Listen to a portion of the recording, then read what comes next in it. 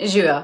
Si že kdaj opazila, da se v času luninega mrka ljudje začnejo počutiti drugače? Bolj čustveno, bolj mogoče utrujeno, mogoče tudi bolj občutljivo ali pa imajo občutek, da se nekaj zaključuje.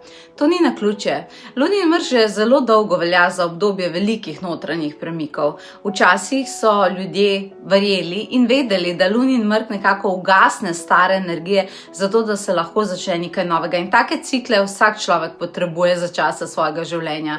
In ogromen nekih kultur je vedno vedel, da je lunin mrk nek trenutek, kjer lahko narediš nek reset in imaš trenutek prehoda.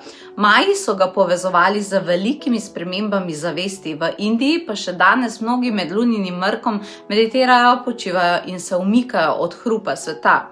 Nekateri tibetanski menihi verjamejo, da imajo meditacije med mrkom večji učinek kot običajno. In jaz se kar strinjam. Zakaj?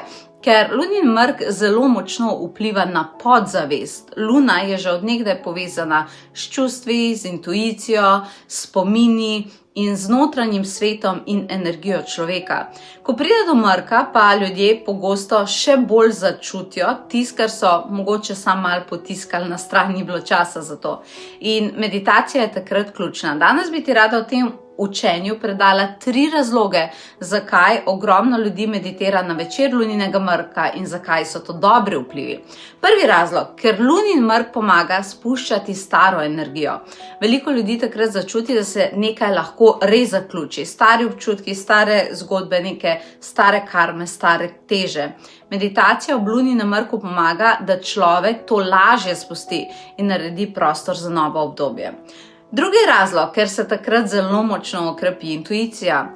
Lunin mrk zelo močno vpliva na podzavest, zato ljudje pogosto dobijo takrat več občutkov, več notranjih uvidov, bolj jasne sanje ali pa odgovore, ki jih mogoče prej nekako nisi mogel začutiti.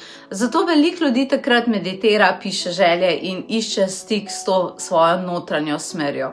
In še tretji razlog, ker lunin mrk odpira občutek povezanosti.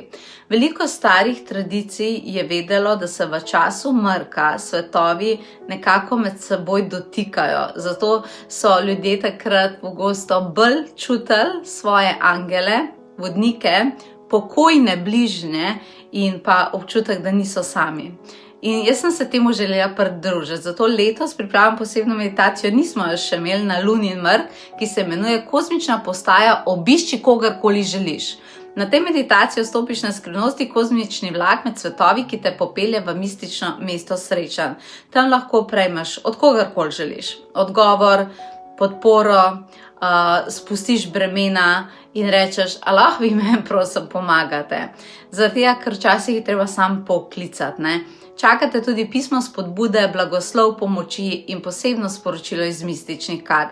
Če rabiš s kom govoriti, če rabiš pomoč, te vabim, da se nam pridružiš, da sem ti povedala, zakaj to tako zelo učinkuje, zakaj je mrk tako poseben in bom vesela tudi, če boš z nami na meditaciji. Verjamem pa, da ti je tale učna vsebina v vsakem primeru pomagala.